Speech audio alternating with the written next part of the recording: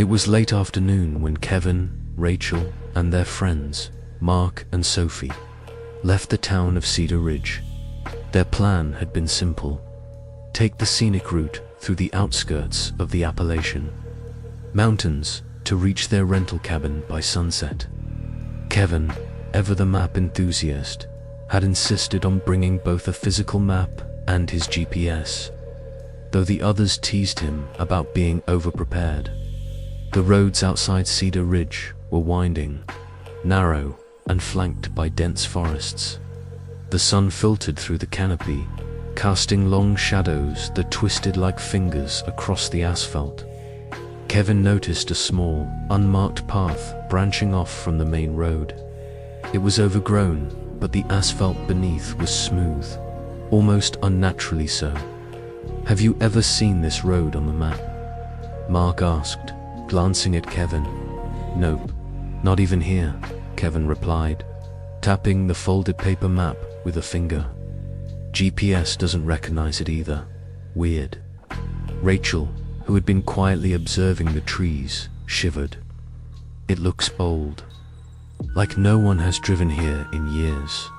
Mark grinned. "Come on, where's your sense of adventure?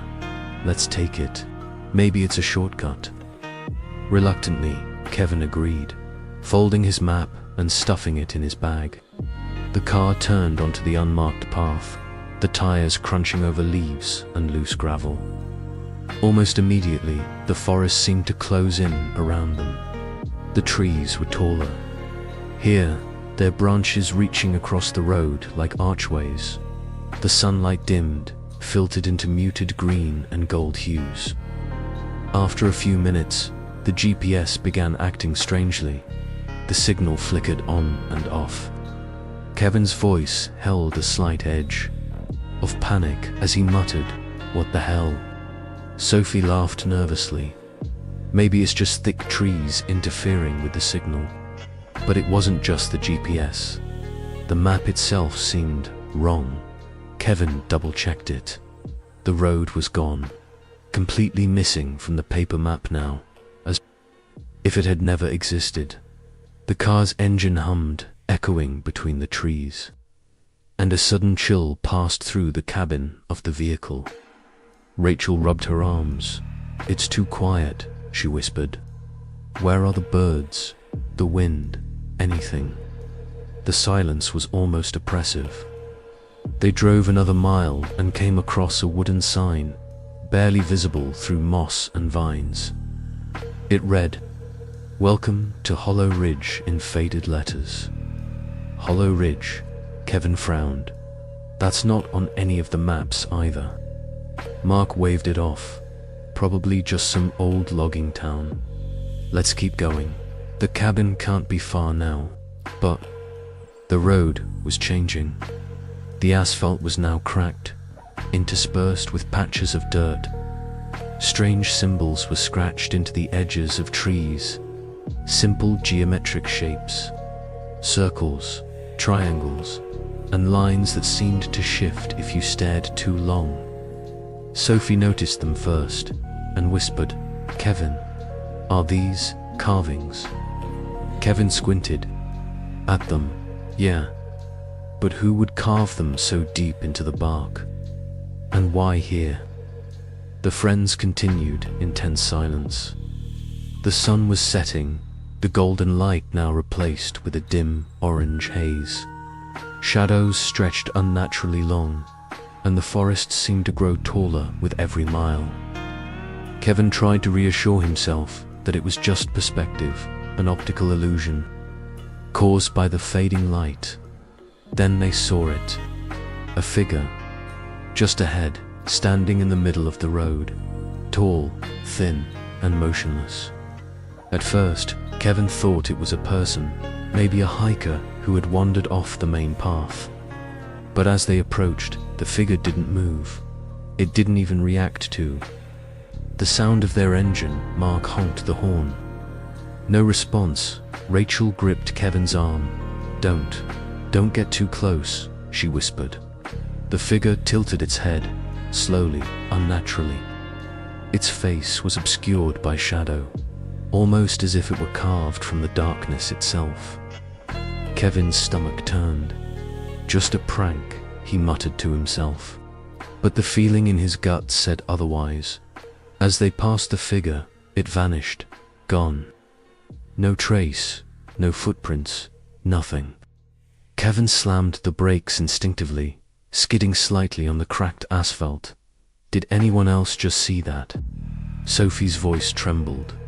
Yes, Rachel said, voice barely audible. It was there, and now it's not. How is that possible? Kevin's mind raced.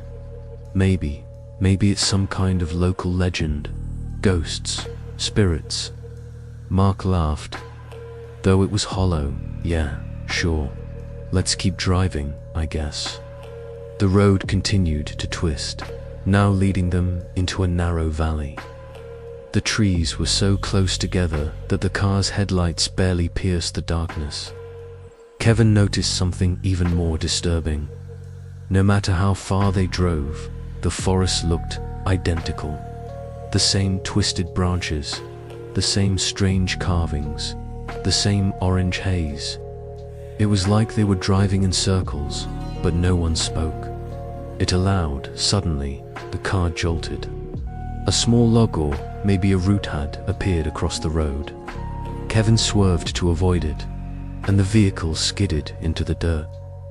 The engine roared and sputtered before catching again. Asterisk, Rachel gasped. This doesn't feel right. We should turn back. Kevin checked the map again. No roads, no exits, nothing. Even if they tried to turn around, the path behind them seemed identical to the one ahead. Hours seemed to pass in silence. No animals, no wind, no stars. Just the oppressive forest, watching, waiting. The friends' tension mounted with each mile. Kevin's hands were clammy, gripping the steering wheel as if it were the only thing keeping him anchored to reality. And then the headlights caught something strange in the trees. A small cabin, or what looked like a cabin. Smoke rose from a chimney, faint and blue against the darkening sky. Kevin blinked. Finally, someone's here. Maybe they can help. Mark groaned. I don't know. It looks wrong, like it's too perfect. But before Kevin could respond, the cabin vanished.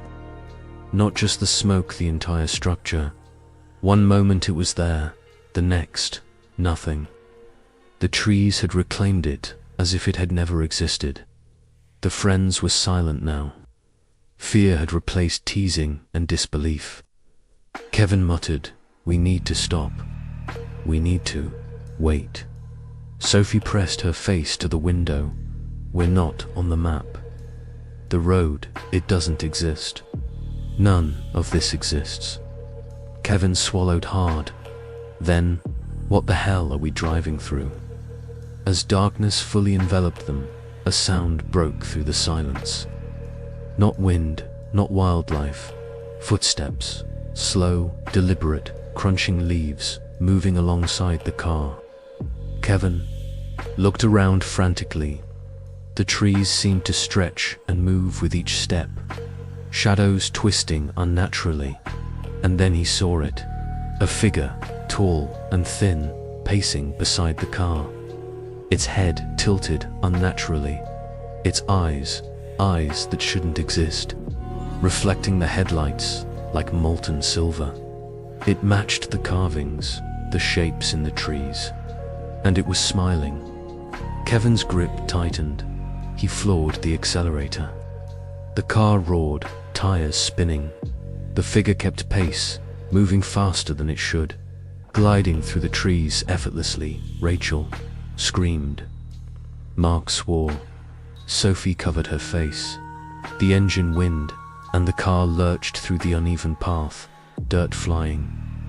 Ahead, the forest seemed to split. A forked path, both roads identical. Kevin slammed the brakes, panicked. Which way? Number. One answered. The figure kept pacing beside the car, always watching, always smiling. Kevin's vision blurred. His mind raced. Time itself felt broken, stretched, compressed. And then, the figure vanished. The silence returned. The oppressive, unnatural silence. Kevin exhaled, trembling. We're still here," he whispered. But the forest around them had changed. Shadows were thicker. The carvings on the trees were fresher now, raw and bleeding. The path stretched endlessly ahead, twisting impossibly. The GPS was dead. The map was blank. They were trapped on the road. The road didn't exist on any map. The forest seemed to close in tighter as night deepened. Kevin's hands remained white-knuckled on the steering wheel, the car crawling along the uneven path as if the road itself were resisting them. Mark and Sophie whispered nervously in the back seat, while Rachel sat rigid, her gaze darting from the side mirrors to the shadowy line. The silence between them was heavy, broken only by the occasional creak of the car's suspension. "Kevin," Rachel's voice quivered. I think it's following us." Kevin swallowed hard, glancing through the rearview mirror. The forest behind them stretched endlessly, dark and unbroken. For a moment, he thought he saw a figure moving just beyond the reach of their headlights. But when he blinked, it was gone. He told himself it was a trick of the dim light. But the pit in his stomach said otherwise. The road twisted again, turning sharply into a narrow gully. Here, the trees leaned in closer than before, their trunks slick with moisture, roots twisting across the asphalt. Kevin had no choice but to slow down. The tires groaned over the uneven ground.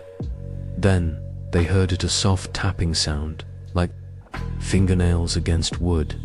It seemed to echo from all around them. Kevin froze, gripping the wheel tighter. The tapping grew louder, rhythmic, almost deliberate. "Kevin, stop the car," Sophie whispered, her voice nearly breaking. He glanced at her, then at the road ahead. I can't. We don't know where this road goes. We can't just stop out here." The tapping continued, now accompanied by a low, humming sound. Kevin felt it vibrating through the car, an unnatural resonance that seemed to originate from the forest itself. Rachel turned pale. "Did you hear that?" she asked. Asterisk. Before Kevin could answer, the headlights caught movement up ahead. A figure tall, thin, impossibly still stood in the middle of the road. Its head tilted unnaturally, and its eyes glimmered like silver in the dim light. Kevin's heart skipped a beat. "Just go around it," Mark urged. Kevin tried to swerve, but the car felt heavier, as if the tires were glued to the asphalt. The figure didn't move aside. Instead, it raised a hand slowly, deliberately, pointing directly at them. Kevin's vision blurred. He could feel panic clawing at his chest. And then, just as suddenly as it appeared, the figure vanished. No trace, no footprints. The tapping stopped. Silence returned, oppressive and thick. Rachel exhaled shakily. It's playing." With us, Kevin said nothing, driving in tense silence. The road continued, winding deeper into the forest. Every turn seemed identical to the last. The trees, the carvings, the shadows, they all repeated, looping like a broken pattern. After what felt like hours, the car approached a clearing. At first, it seemed normal, an empty glade bathed in pale moonlight. But then Kevin noticed the ground. The dirt was marked with symbols, etched deeply and carefully. Circles within triangles, lines intersecting in ways that made no sense to him. Sophie's breath caught. It's the same symbols from the trees. Why would someone carve these? Mark asked, voice tight. Before Kevin could respond, a sound split the air, a low, guttural growl emanating from somewhere deep in the woods. The friends froze. The growl was followed by whispers, unintelligible yet clearly human in origin. They seemed to come from every direction, surrounding them. Kevin's hands shook as he fumbled with the car keys. The engine roared to life, and they tore out of the clearing, tires spinning on loose dirt. The whispers followed, fading slightly, as the car moved, but the sense of being watched never left. Hours passed, or perhaps minutes. Kevin had lost all sense of time. The forest was endless, and the road seemed to stretch on without end. Every so often, he glimpsed figures in the shadows, tall, thin, motionless, always watching, always waiting. Then they saw it, a cabin, or something like it. Smoke rose from a crooked chimney, and warm light spilled from the windows. For a moment, hope surged in Kevin's chest. Maybe someone here could help. He slowed.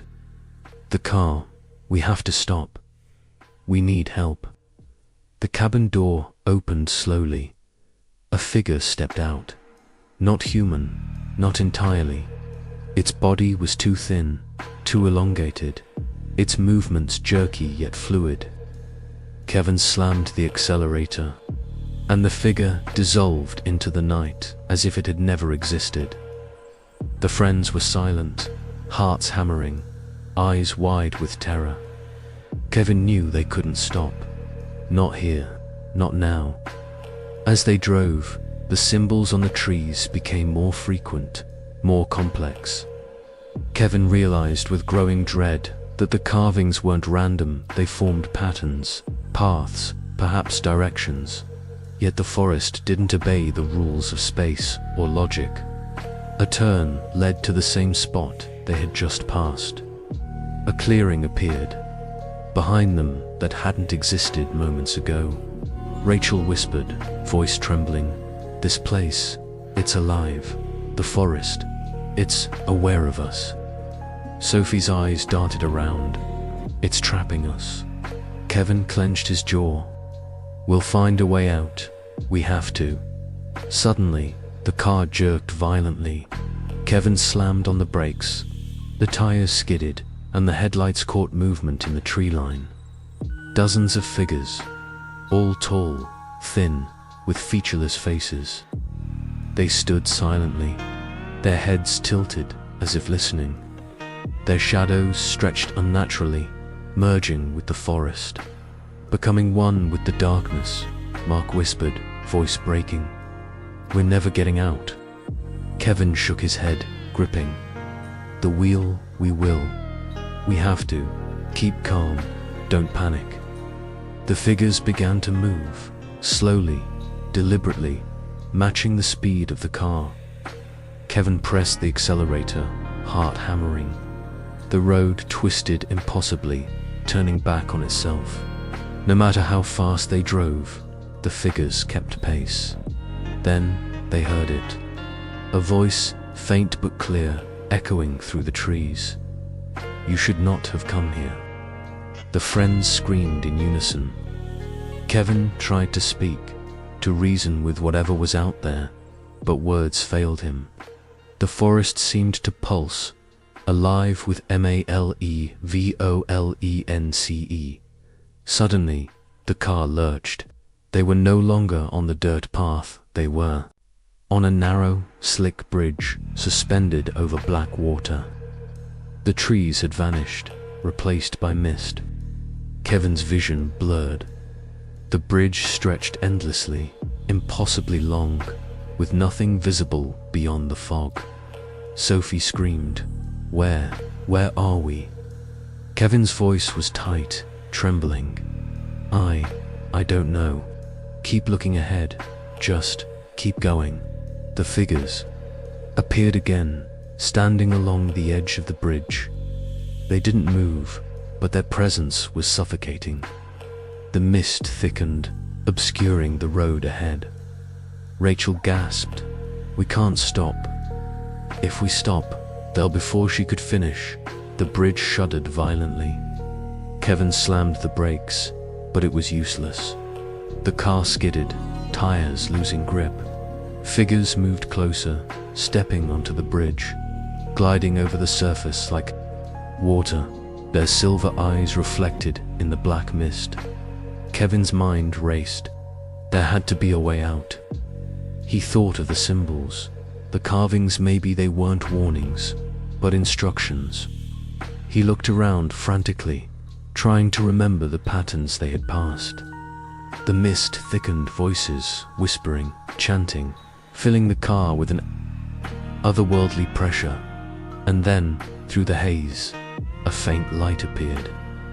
Warm, steady, a cabin, a clearing.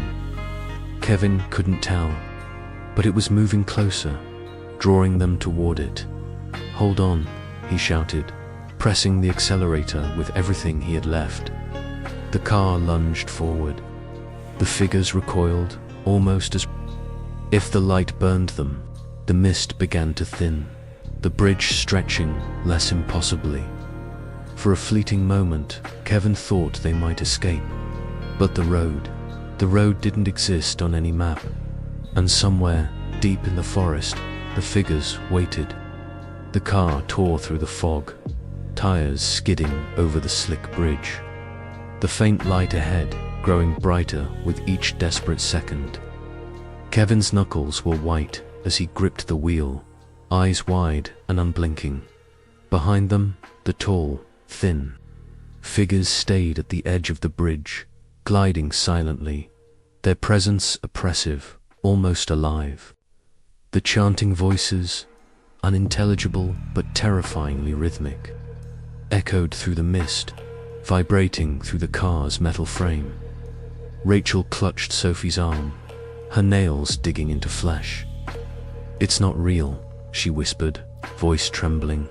It can't be real." Kevin's jaw tightened. "We're alive. That's all that matters. We have to keep moving." As they approached the faint light, the fog began to clear in strange, unnatural patterns. Shadows flickered in the corners of their vision, shapes stretching impossibly long, twisting into grotesque forms that disappeared the moment anyone tried to focus on them. Kevin could hear the faint hum of energy, like electricity running through the trees. Though there were no power lines, no storm, just a raw, malignant force pressing in from all sides. The car shot through the light, and for a fleeting instant, everything changed. The bridge was gone. The fog vanished. They were on solid ground again, but not the path they had known. Asterisk. The forest here was denser, older, gnarled trees rising high, their branches interwoven like a cathedral ceiling. The air smelled of decay, damp earth, and something else. Sulfur, faint but unmistakable. Ahead, the ground sloped down into a natural amphitheater carved into the earth. At the center stood a colossal tree, blackened and scarred. Its roots twisted around each other like the fingers of some ancient, slumbering god. Symbols were etched into the bark, pulsing faintly with an eerie silver light. The figures were gone, but Kevin could feel them watching from the shadows. Their attention fixed on the group, as if waiting for a signal. Kevin stepped out of the car first, heart hammering in his chest. The air was thick, almost viscous, pressing against his lungs. Sophie and Rachel followed hesitantly, Mark last, scanning the perimeter. The forest was silent now, but not in a comforting way. The silence was a warning, a reminder that they were trespassers in a place older than memory. Rachel pointed. The tree.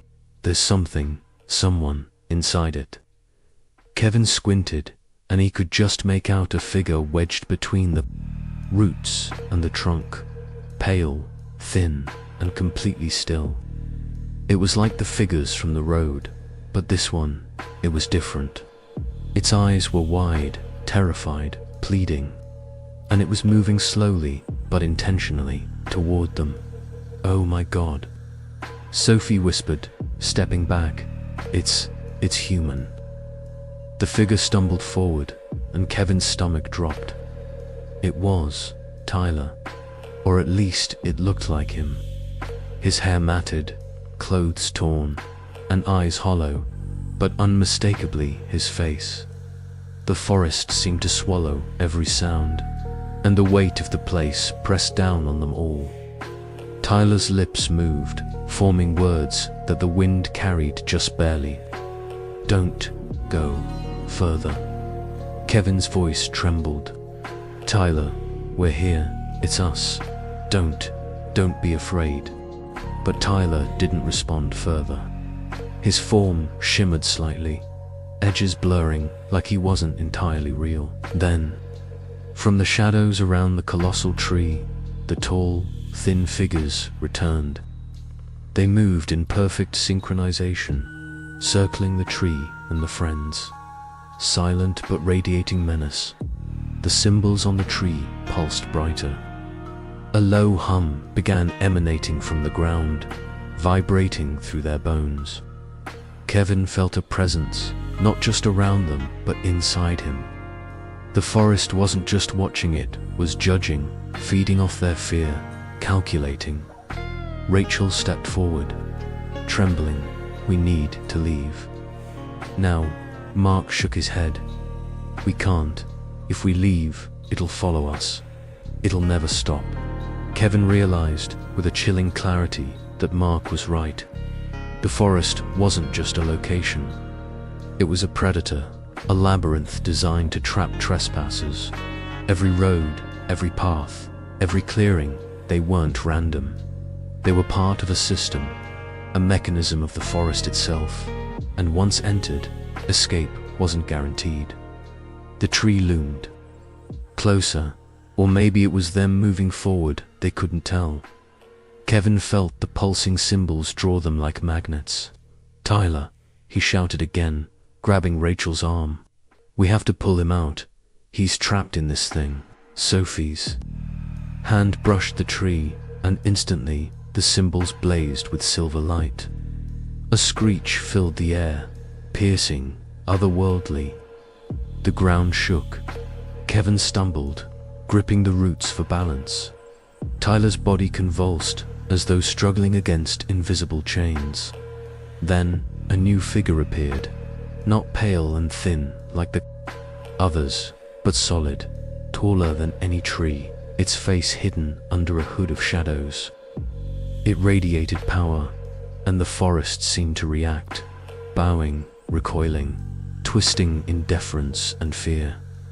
"You shouldn't have come here," it said, voice low, reverberating through the very air. "This is the heart, and you, trespassers, will pay the toll." Kevin felt his legs weaken. The forest was alive, pulsing in rhythm with some ancient, malevolent heartbeat. He looked around desperately. The others were frozen, unable to move, as if paralyzed by the sheer force of the presence. Tyler screamed, a sound that cut through the air like metal on glass, then went silent. His body lifted slightly off the ground, suspended by invisible energy. Kevin's mind raced. They had to do something, anything. He remembered the carvings on the road, the symbols, the light that had appeared briefly. "Light," he shouted. "The light. Maybe it keeps them at bay." Rachel and Sophie fumbled for their flashlights. Kevin, grabbing one from the car, he aimed it at the colossal tree, the silver light reflecting off the symbols. The forest reacted immediately, the hum intensified, the figures recoiling slightly, their forms wavering like smoke. "Now," Kevin yelled. Together, they pressed the beams of light onto Tyler, onto the symbols. The light seemed to cut through the oppressive energy, and Tyler's form began to stabilize, solidifying. His breathing ragged but real. The hooded figure hissed, a sound like metal grinding over stone. The forest shook violently, branches snapping, roots tearing from the ground. Kevin realized the light wasn't just protection, it was a weapon. A tool to disrupt the forest's control. Tyler collapsed into Kevin's arms, barely conscious. Go now, before it wakes fully. Kevin didn't hesitate. He grabbed Tyler and ran, Rachel and Sophie following. The forest fought them, paths twisting, looping, shadows lunging. But the light held. The figures hesitated, dissolving into the mist as they passed. Hours or perhaps minutes they ran, the forest trying every trick to stop them. The colossal tree remained behind, pulsating with malignant energy, but they pushed forward. And then, just as the first hint of dawn touched the horizon, the trees thinned, the mist lifted, the oppressive weight lifted from their lungs. They stumbled onto a dirt road rail this time, recognizable, with tire tracks from vehicles that existed in maps. Kevin dropped to his knees, panting, holding Tyler. We made it. Tyler looked up, eyes wide and haunted. We shouldn't have gone in. Never, never again. The forest behind them was silent. Still, it waited, patient, eternal. The four friends never spoke of the forest again. Tyler recovered physically, but remained distant, haunted by things unseen. Kevin and the others returned to their normal lives. But every shadow, every quiet forested path, every foggy evening brought a chill down their spines. And somewhere, deep in the Appalachian wilderness, the forest waits for the next trespassers, patient and eternal, guarding its heart, the colossal tree, the symbols, the endless road that doesn't exist on any map. Some doors should never be opened, some forests should never be entered, and some lights should never be followed.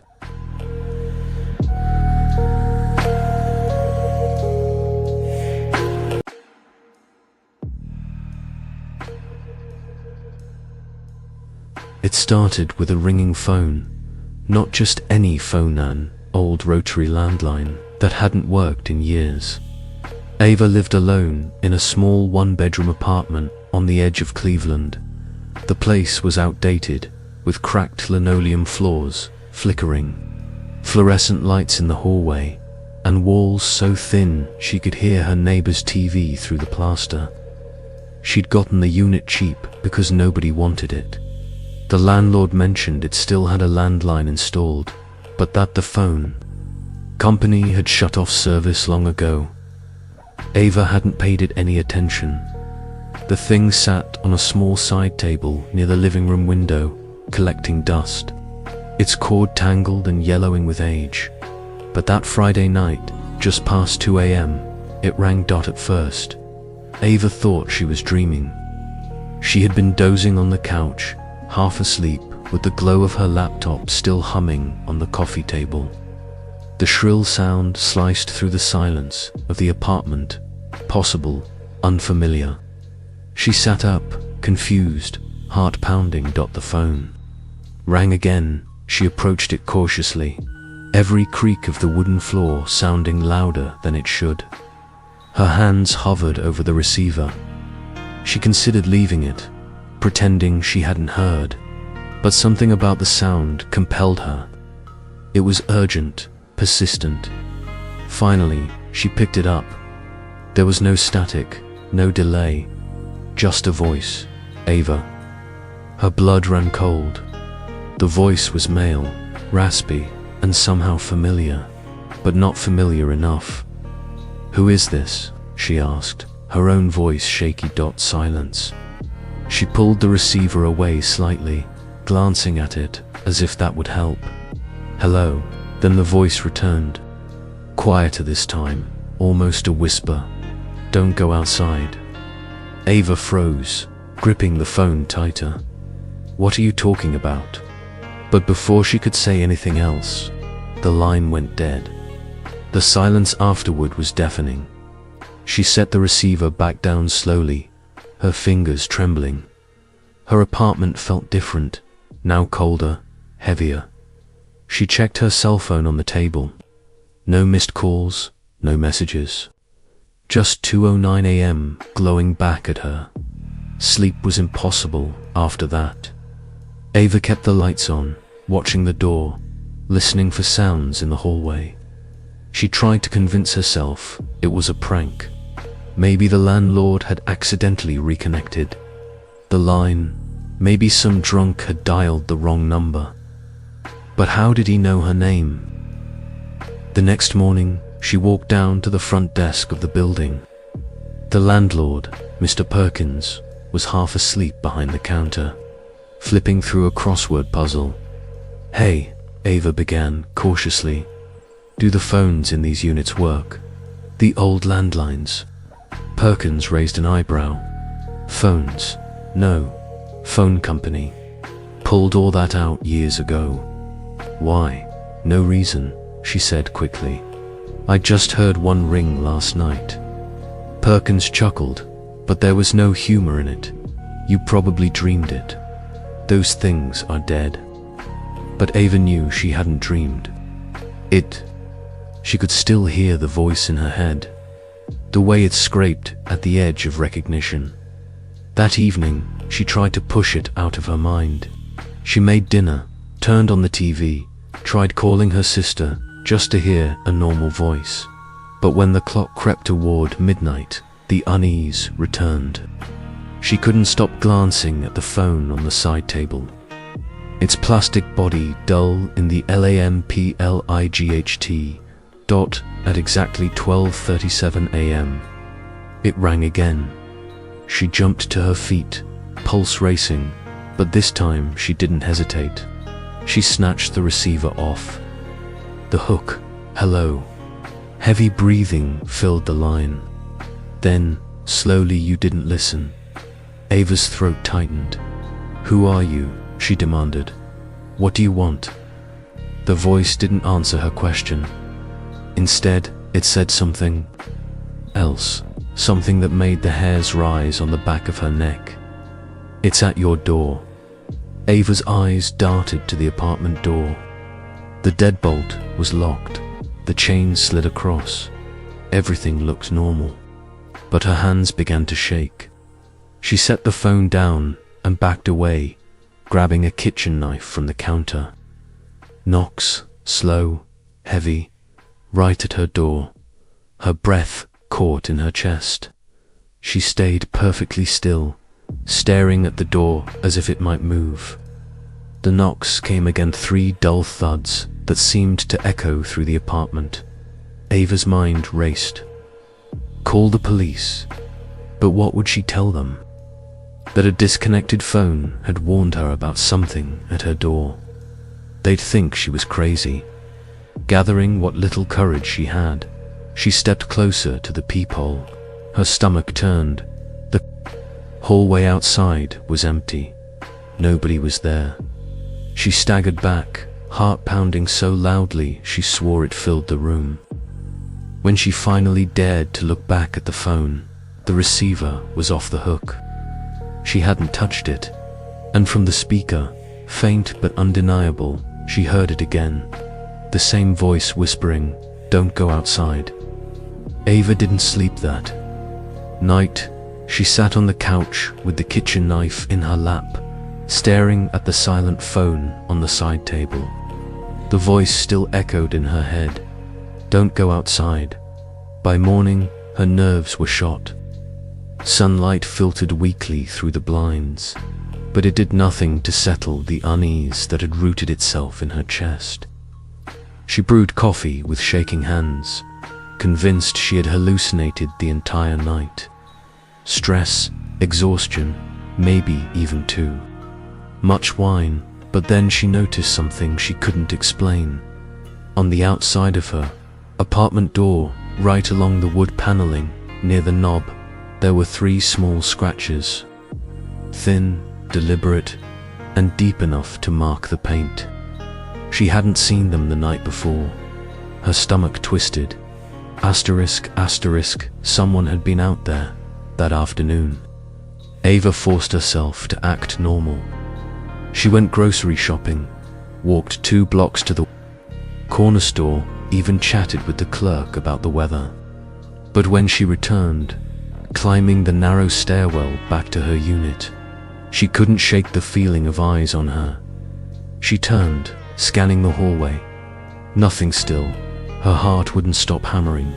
She hurried into her apartment, bolted the locks, and tried to calm down. That night, just after 1 a.m., the phone rang again. The shrill sound sent adrenaline coursing through her body, but this time she waited. She stared at it from across the room, watching it tremble slightly with each ring. The sound echoed through the walls, unnatural in the quiet of the apartment building. On the 4th ring, she picked it up. "Hello." The voice was more distorted this time, like it was underwater. "Why did you open the door?" Her throat went dry. "I didn't." "Yes," the voice hissed. "You let it in." Cold terror washed over her. She dropped the receiver, backing away from the table. The phone continued to buzz faintly, though the receiver dangled against the side of the wood. And then, from the darkened hallway outside, her door, she heard it. Footsteps, slow, heavy, moving past her apartment door. Ava's breath came in shallow bursts. She crept closer, pressing her ear to the door. The steps continued down the hallway, toward the stairwell, until they faded into silence. When she dared to peek through the peephole, the hallway was empty again, but she couldn't shake the image of someone or something having walked past. The next day, Ava confided in her sister, Erin. She didn't tell her everything, just that strange calls were coming through on the disconnected phone. Erin laughed it off at first. "You're living in that old dump," Erin said. "It's probably some crossed wires or electrical issue. Call the landlord." Ava didn't argue, but she knew it wasn't just wires. That evening, she decided to test something. She unplugged the phone entirely, coiling the cord and leaving the heavy plastic device on the floor. If it was disconnected, it couldn't ring, right? At 12:04 a.m., the shrill sound pierced the silence again. The phone was still unplugged. Ava stared in disbelief as the receiver buzzed faintly against the wood floor. She forced herself forward, her hands trembling violently as she lifted it. "Who are you?" she whispered. The response chilled her blood. "You know me." The line crackled with static, but beneath it she heard faint, irregular breathing, like someone was right there with her, just inches away. Ava's vision swam. She slammed the receiver down and staggered backward. The apartment seemed smaller, closing in around her. Every shadow looked wrong. That night, she dreamed or thought. She dreamed of standing in the hallway outside her apartment. The phone's voice whispered over her shoulder, guiding her forward. She looked down, and the floor was wet, dark stains spreading out beneath her feet. She woke up screaming.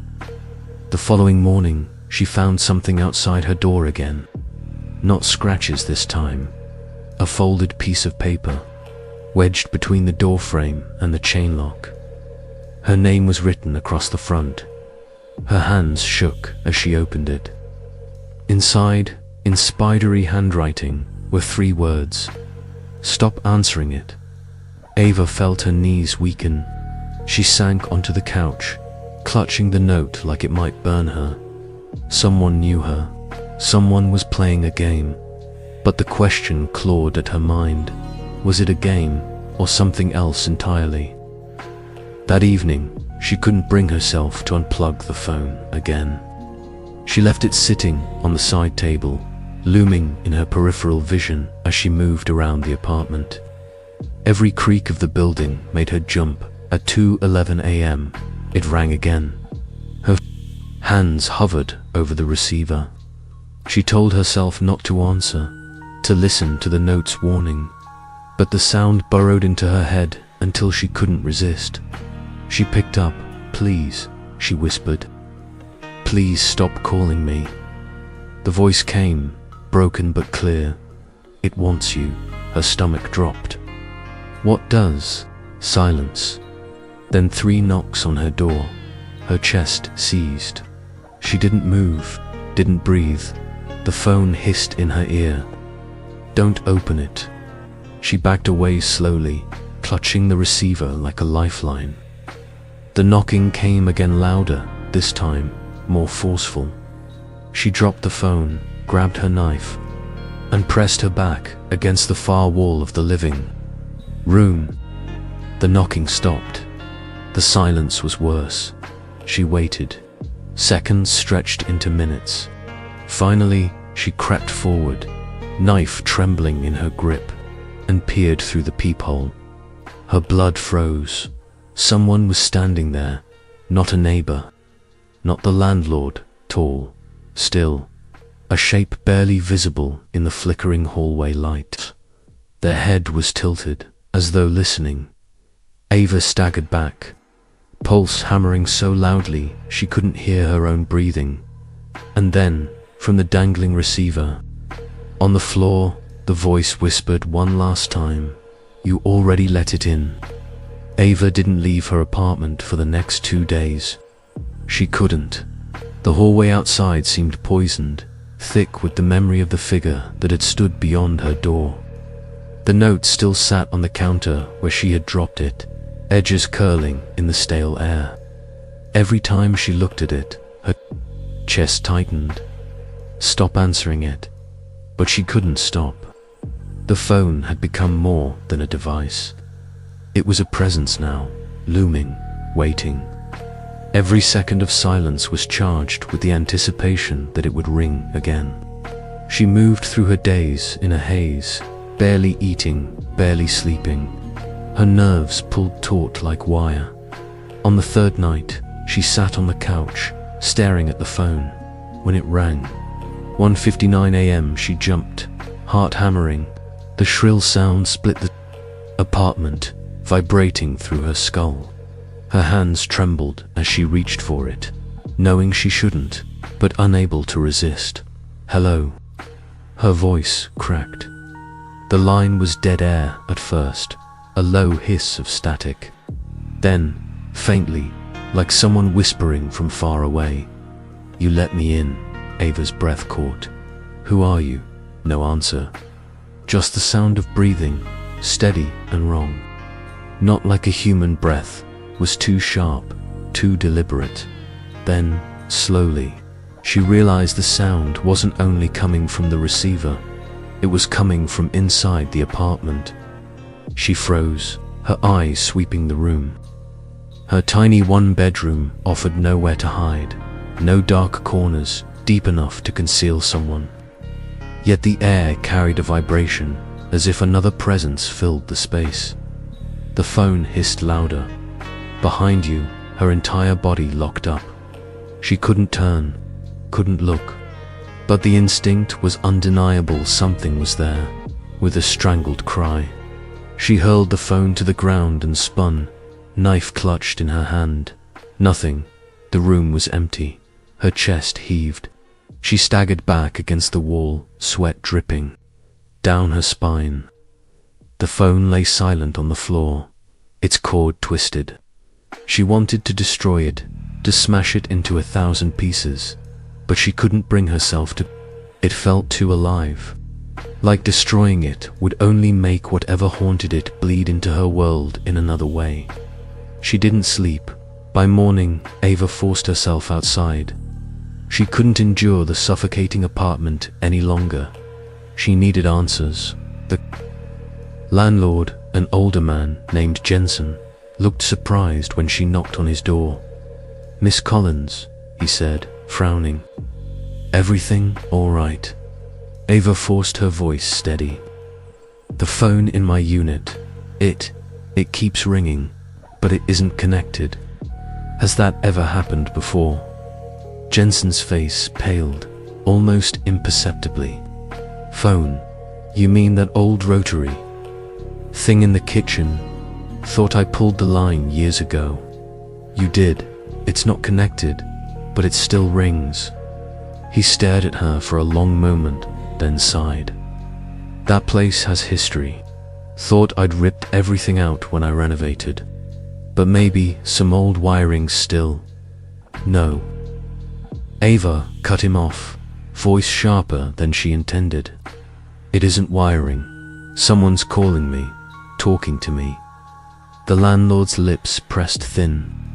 Finally, he muttered, "The tenant before, you thought the same thing." Her stomach dropped. What happened to them? Moved out, middle of the night. Left most of their things behind.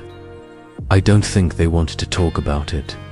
He shut the door before she could press further. Ava stood in the hallway, cold spreading through her veins. Someone else had heard it. Someone else had fled. Back inside, she sat on the couch, staring at the phone again. Her fear had deepened, but so had her compulsion. She had to know what it wanted. She had to know what she had supposedly let in. That night, she didn't wait long. Las 12:36 AM.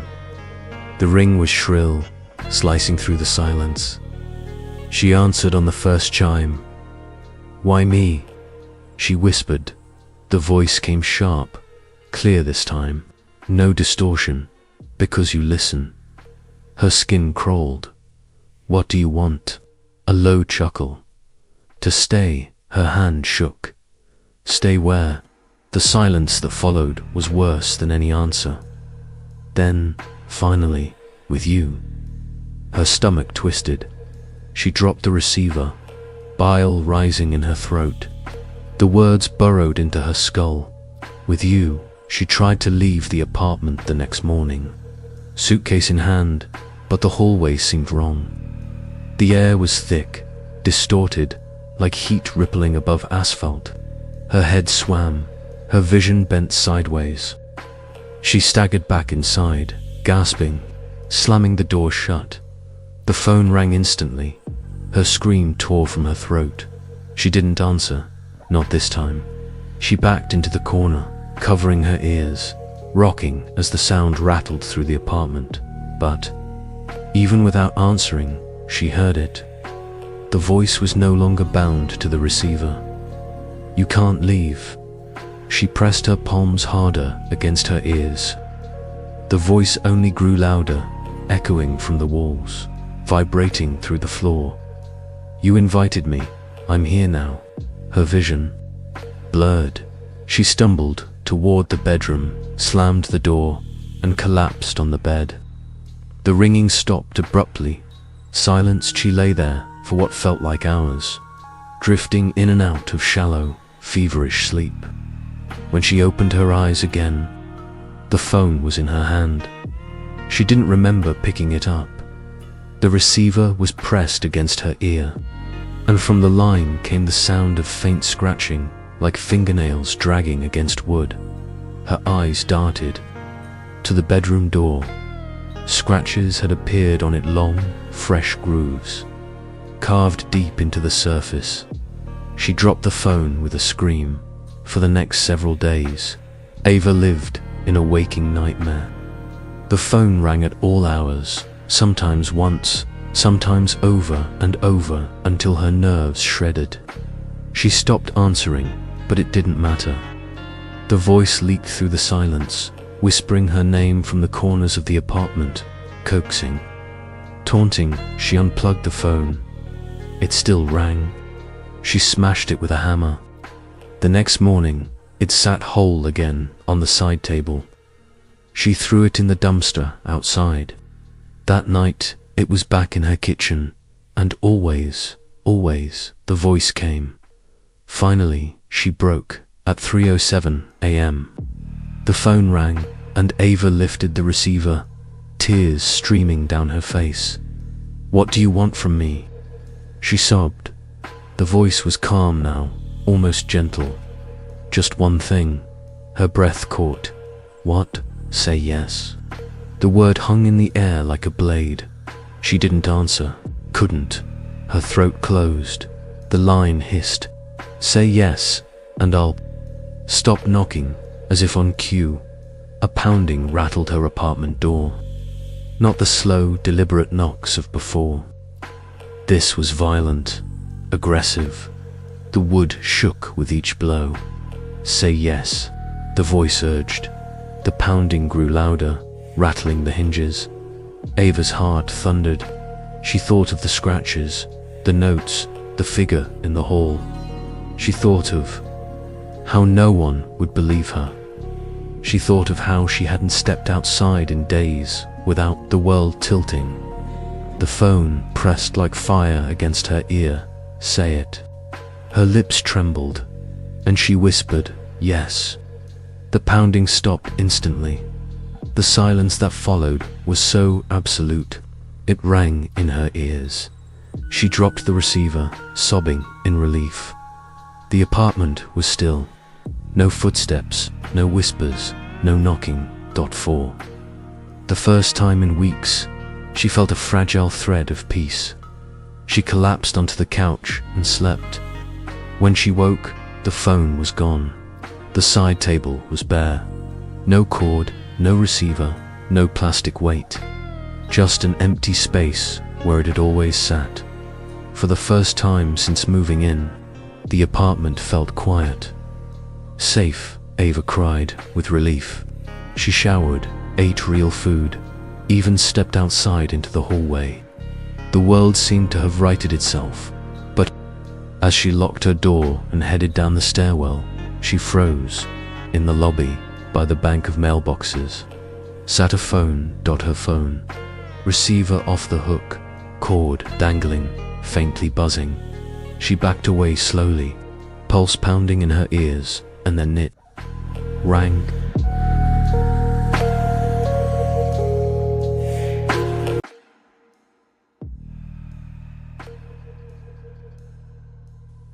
The first time Claire saw the house on Ash Creek Road, it was from the passenger seat of a rusty U-Haul truck. Her coffee still warm in her hands and the sun barely peeking over the line of tall, bare sycamore trees. Her husband, Mark, had one, hand on the steering wheel and the other, tapping against the dashboard to the rhythm of some old country song the radio was struggling to play. They had been driving since dawn, through winding country roads that seemed to stretch endlessly, past faded barns and weathered gas stations with peeling signs. Mapleton, Pennsylvania, wasn't much to look at least not compared to the suburbs they had left behind. It had one main street lined with brick storefronts, a diner with a flickering neon sign, and a post office that looked like it hadn't been painted since the 1960s. The kind of place where everyone knew everyone else's business, and where strangers stood out like a beacon. The house came into view just past the edge of town, sitting alone at the end of a gravel road that cut through a patch of leafless trees. It was bigger than they expected and white, though the paint had long since faded to a dull, chalky grey. The porch wrapped around the front, its boards warped and uneven, and the windows were so dark that Claire couldn't tell if the glass was tinted or just coated in decades of grime. "Looks promising," Mark said, forcing a half-dash smile. Claire didn't reply. Something about the way the house seemed to sit back from the road, almost like it was hiding, put her on edge. But they'd already signed the papers. In their price range, there wasn't much to choose from, and this place, despite the peeling paint and the odd sense of isolation, had been a steal. The realtor, an overly cheerful woman named Linda, had warned them the property had been vacant for a long time. She didn't go into much detail, but she'd laughed off the rumors about it being haunted as just small-town nonsense. Still, Claire remembered how quickly Linda had changed the subject when Mark had asked why no one had bought it in nearly 40 years. The first day was nothing but unloading boxes. By the time the sun dipped behind the trees, The inside of the house smelled faintly of dust and cold air. The rooms were bigger than they looked in the listing photos, but they carried a stillness that made even the sound of their footsteps echo. Claire wandered into what would be the living room. Her fingers traced the edge of the mantel above the fireplace, feeling the grooves in the wood. The stone hearth was blackened with old soot, but something about it felt wrong. Not dangerous exactly, just out of place. Like it didn't belong to the rest of the house. Upstairs, the hallway stretched longer than she expected, with 3 bedrooms on one side and a narrow door at the far end. When she tried the knob, it was locked. She made a mental note to ask Mark about it later. They ordered takeout from the diner in town, the only place still open after 8. Mark drove to pick it up, leaving Claire alone for the first time since they arrived. She was unpacking dishes in the kitchen when she heard it, a sound faint enough that she thought she'd imagined it. A creak, like someone stepping on an old floorboard. She froze. The wind outside had picked up, making the bare branches tap against the windows. She told herself it was nothing, maybe the house settling after years of emptiness. But then it came. Again, this time from upstairs. A slow, deliberate creak, followed by silence. "Hello," she called out, her voice thin in the empty air. Nothing. When Mark returned, she didn't mention it. They ate at the kitchen counter, the only surface. Not buried under boxes, and went to bed early. That night, Claire dreamed of water. She was standing in the middle of a dark room, the floor beneath her cold and slick. She couldn't see the walls, but she could hear water dripping somewhere in the distance, steady and slow. She turned, searching for the source, and saw a figure. Standing in the shadows, a tall shape, unmoving. Its head tilted slightly to one side. She woke with a start, the image still burning in her mind. Mark was asleep beside her, breathing slow and even. The room was dark, but the air felt heavy, like it was pressing against her skin. She thought she heard that same drip from her dream, but when she held her breath to listen, it was gone. The next morning, she met their nearest neighbor, a wiry man named Frank who seemed to appear out of nowhere while she was pulling weeds from the front yard. He leaned on the fence, chewing something, his eyes fixed on the house. "You folks just moved in?" he asked. "Yesterday," Claire said, brushing dirt from her hands. "We're still settling." Frank nodded slowly. Not many people stay long up there. She waited for him to explain, but he didn't. Instead, he spat into the dirt and said, "If you hear things at night, best to ignore 'em. That place it remembers." Before she could ask what he meant, he tipped his cap and walked away. By the second night, the house was making more noise. The kind of sounds old houses make at least. That's what Claire kept telling herself. But these noises didn't sound random. Sometimes they came in a pattern, almost like footsteps pacing from one room to another. She tried to laugh it off when Mark teased her about spooking herself, but deep down, she knew he heard it to dot around midnight. Claire got up to get some water. The hallway was darker than it should have been. The single bulb in the ceiling flickered weakly, casting long shadows along the walls. She glanced toward the locked door at the end of the hall. This time, it was open. She froze. She was sure it had been locked. They hadn't even found a key. The door now hung slightly ajar, a sliver of darkness spilling into the hall. "Mark," she whispered. No answer. She took a step closer. The air grew colder with each step, and a faint smell, like old wood and stagnant water, drifted from the doorway. She reached out, fingertips brushing the edge of the door. Something moved in the darkness beyond. Claire stumbled back, her heart pounding. She shut the door hard and ran back to the bedroom, climbing into bed and pulling the blankets up to her chin. Mark stirred but didn't wake. She lay there for hours, listening to the faint sound of dripping water somewhere deep inside the house. The morning after, Claire found the locked door open. She told herself she had imagined it. Maybe she had walked past it half asleep, and the shadows had played tricks on her. That had to be it. She didn't mention it to Mark. She'd learned over the years that if you gave him a reason to laugh at your fears, he would. Still, when she passed the end of the hallway later that morning, she couldn't help but glance at the door. It was closed again, and the faint smell of damp wood was gone.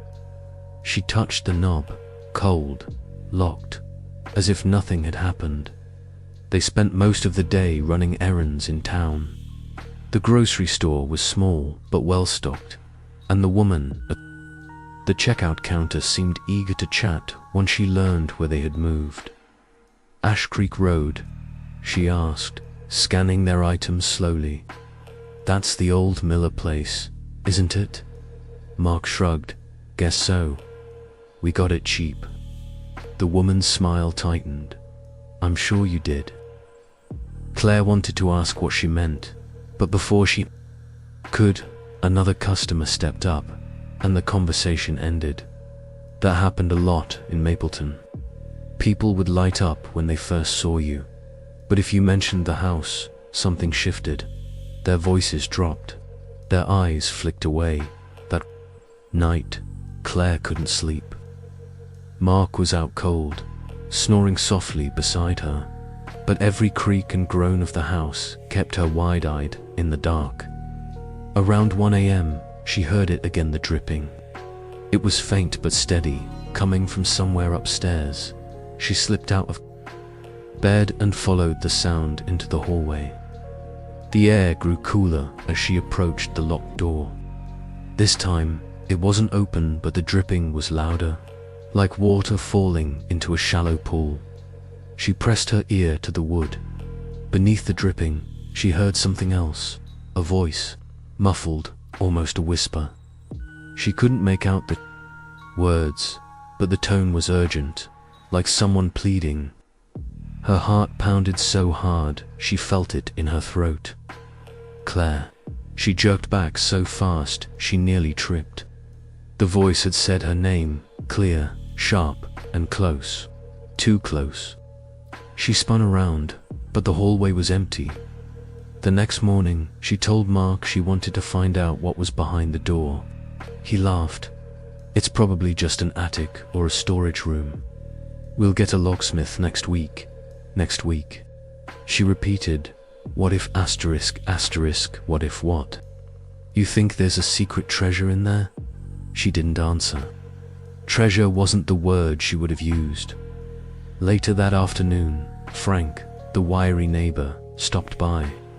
He leaned against the porch railing, staring at the house like it was an old wound. Asterisk. You been upstairs yet? He asked. Claire hesitated. We've been in most of the rooms, except one. Frank nodded knowingly. Don't go in there. Her stomach tightened. Why not?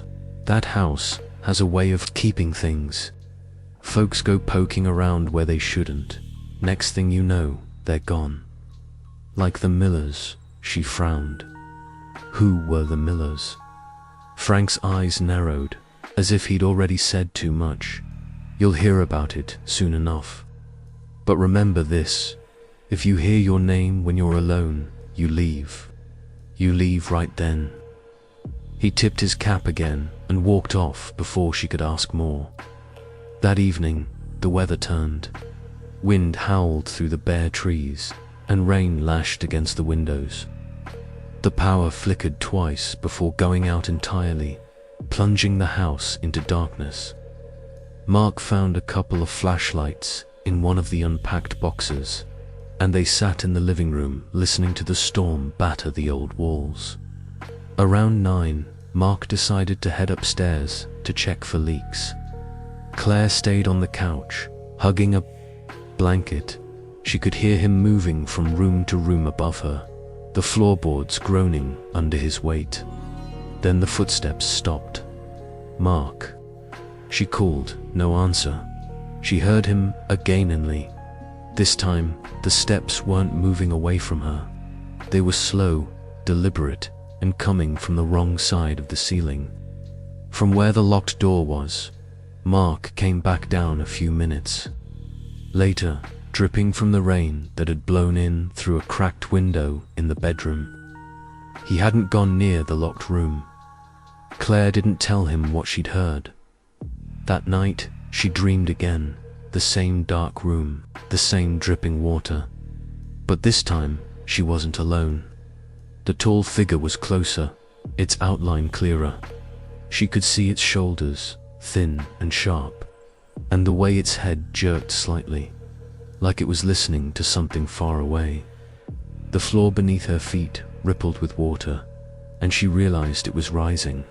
The figure reached out a hand long, pale fingers stretching toward hand. She woke, gasping for air. By the fourth day, Claire was desperate for answers. She went to the Mapleton Public Library, a squat brick building that smelled of old paper and damp carpet. The librarian, an older man with wire-rimmed glasses, barely looked up as she approached. "I'm looking for information on the house on Ash Creek Road," she said. He glanced up sharply. "Which house?" "The Miller place." For a moment, he just stared. Then he disappeared into the back room and returned with a stack of old newspapers. The articles told a story she didn't want to believe. In 1979, the Miller family, George, his wife Eleanor, and their 2 children, vanished. No signs of struggle, no signs they had packed. The only clue was a report from a neighbor who claimed he'd heard voices coming from the house the night before they disappeared. Police searched for weeks, but found nothing. The house sat empty until the town council finally stopped trying to sell it. One article quoted George Miller's brother. He said the house was making him sick. Said it whispered to him at night. "I thought he was losing his mind." That night, the whispering started. At first, it was just a low murmur, too faint to catch. Then, little by little, the words formed. "Claire, downstairs." Now, she sat up in bed, heart pounding. Mark didn't stir. The voice came again, louder this time, as if standing right by her ear. "I need to show you something." She didn't want to move, but her legs carried her out of bed, down the hallway and toward the stairs. The flashlight beam wavered as she descended. In the living room, the front door stood wide open. Rain blew in across the floorboards, and just beyond the porch, at the edge of the gravel road, stood the tall figure from her dreams, its head tilted, its pale hand beckoning. Claire's bare feet were numb from the cold air rushing through the open door. Rain whipped against her face, and the beam of her flashlight trembled in her grip. The figure at the edge of the road didn't move. It stood impossibly still, head tilted in that same strange, listening way. One pale hand slowly beckoning her forward. Her heart slammed against her ribs. Every part of her screamed to shut the door, to run back upstairs, to crawl under the covers. Like a child, but her legs carried her forward. She stepped out onto the porch. The rain soaked through her pajamas instantly. The figure retreated a single step, melting deeper into the shadows between the trees. Claire followed, her breath coming in shallow bursts. She didn't remember crossing the gravel, didn't remember stepping into the tree line. But suddenly, the house was behind her, its dark windows staring blankly into the storm. "Where are you taking me?" she whispered. Her voice felt swallowed by the night. The figures slipped between the trees until they reached a clearing. In the center, half hidden beneath overgrown weeds, was a concrete well. Its mouth was ringed with rusted metal, the lid cracked and sagging under years of rot. The figure stopped beside it, then slowly raised its arm and pointed downward. Claire edged closer. The smell hit her first damp, sour, the stench of stagnant water mixed with something far worse. She shone the flashlight into the well. Water glistened far below, black and still, but floating on the surface were shapes. 2, maybe 3. Her throat tightened. They weren't shapes. They were faces. Pale, bloated, eyes clouded over. A man. A woman. A child. She stumbled back, the flashlight clattering to the ground. By the time she looked up, the figure was gone. She didn't remember running home, but she remembered slamming the door shut, locking it, and leaning against it until her breathing slowed. Upstairs, Mark was still asleep, as if nothing had happened. For the rest of the night, she lay wide awake, listening to the wind howl around the house. But sometime after 4 a.m., she realized the sound wasn't just wind, it was voices, dozens of them, all whispering at once, overlapping in a frantic, urgent chorus. She couldn't make out words, but she could feel the weight of them pressing against her skull. And beneath it all, faint but constant, came the dripping dot by morning. She knew she couldn't stay. She told Mark about the figure, the well, the faces. He stared at her for a long time, then laughed. "You had a nightmare, Claire. You're letting this old house get to you." She didn't push him. She just started packing. But that afternoon, as she taped the last box shut, she heard Mark upstairs. He was calling her name. "Claire, come up here." Something in his tone made her freeze. It was calm, almost flat, like someone reading a script. She climbed the stairs slowly. He was standing at the end of the hallway, beside the locked door. "It's open," he said. The door swung inward, revealing a narrow set of stairs, leading down, not up. The air that rolled out was damp and cold, thick with the smell of stagnant water. "There's no basement in this house," Claire whispered. But Mark was already stepping inside. She followed him, flashlight in hand. The stairs groaned under their weight, and with each step, the air grew heavier. At the bottom was a small, square room. Its stone walls wept with moisture. In the center, a pool of black water rippled gently, though there was no sign of movement above it. Mark stopped at the edge of the pool, staring into it. "Do you hear them?" he asked. Claire listened. At first, nothing. Then faintly, voices began to rise from the water. Not whispers this time, clearer, sharper. They spoke in unison, though she couldn't understand the words. The sound made her chest tighten, her vision blur. Mark stepped closer, his foot slipping on the slick stone.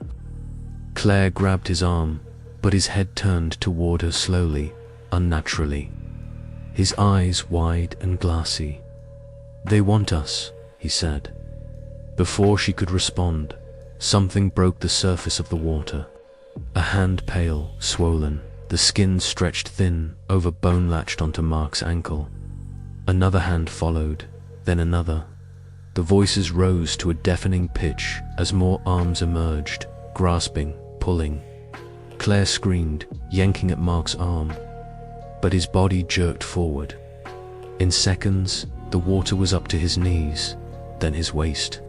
His face never changed, calm, almost relieved. As the black surface swallowed him whole, the voices stopped. The water stilled. Claire stumbled backward, the beam of her flashlight slicing through the darkness. She turned and ran up the stairs, her feet slipping on the wet steps. She didn't stop until she was outside, the cold air burning her lungs. She didn't take the car. She didn't take anything. She just ran. It was nearly dawn when she reached the edge of town. Frank was there, sitting on the porch of the general store, with a thermos in his hand. He looked at her mud-smeared clothes, her shaking hands, and didn't ask a single question. "You leaving?" he said. "Yes," she managed. He nodded slowly. "Good, don't look back." Claire never saw the house again. She never saw Mark again, either. The police searched for weeks, just like they had for the Millers, but they found nothing, no sign of a basement, no sign of a pool of water beneath the house. She moved 3 states away, found a small apartment above a bookstore, and tried to build a new life. But sometimes, late at night, she wakes to the sound of dripping water, and just once she swore she heard Mark's voice in the dark.